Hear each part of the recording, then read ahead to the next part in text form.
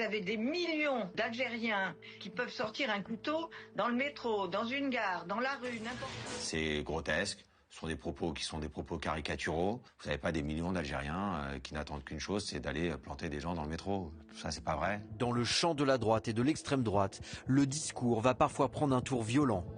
Avec cette interview de Louis Sarkozy. Si j'étais aux manettes et que l'Algérie arrêtait Boualem Sansal, je brûlerais l'ambassade. Et très régulièrement sur les plateaux de télévision des chaînes d'infos.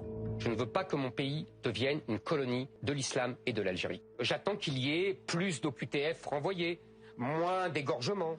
C'est de l'invention, c'est de la fake news, c'est du trumpisme pur. Farid Benlaga est un producteur franco-algérien à succès, engagé à gauche. Il travaille sur les deux rives de la Méditerranée. Vous avez des gens qui sont très organisés et qui sont dans une activité de lobbying médiatico-politique très puissant. Et puis vous avez d'un autre côté des gens qui subissent, en l'occurrence les franco-algériens, d'une certaine manière sont tellement habitués à subir qu'ils laissent passer. Ces fractures qui sont en train d'être créées, bien évidemment, peuvent avoir des conséquences dramatiques. Et si demain le pays bascule dans l'extrême droite, les conséquences seront très lourdes, puisque là on ne parlera plus de fractures. On parlera d'affrontement. Alors déjà, je vais démarrer cette vidéo en donnant toute la force aux Algériens qui me suivent et aux Algériens de toute façon qui vivent en France en général. Je sais que vous êtes beaucoup, vous inquiétez pas, je vous lâcherai pas et on vous lâchera pas. Moi, je suis entouré quasiment que d'Algériens et de Marocains dans mon entourage professionnel, dans mon entourage proche. Et on est à des années-lumière de ce que racontent les médias toute la journée sur des gens dangereux, etc.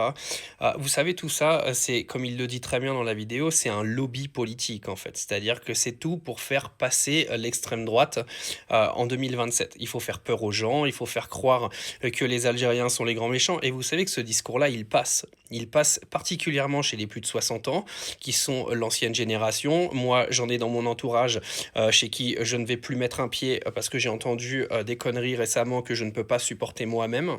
Moi, je veux bien tout entendre, mais la haine des gens, je peux plus la supporter dans mon quotidien, en fait, surtout quand elle a aucune justification. Mais vous savez, ce discours qui est balancé sur les médias toute la journée, il a un écho, d'accord? Et il prend vraiment un écho chez les plus de 60, mais vraiment. C'est eux qui regardent majoritairement ces news, en plus, les stats viennent de sortir. Alors heureusement que chez les jeunes, les très jeunes, on n'est pas du tout dans ce discours-là et on est plus tendance à être dans l'acceptation et la tolérance. Par contre, là, les plus de 60, même presque maintenant les plus de 40, ça devient n'importe quoi. Mais vraiment, moi, je vous le dis.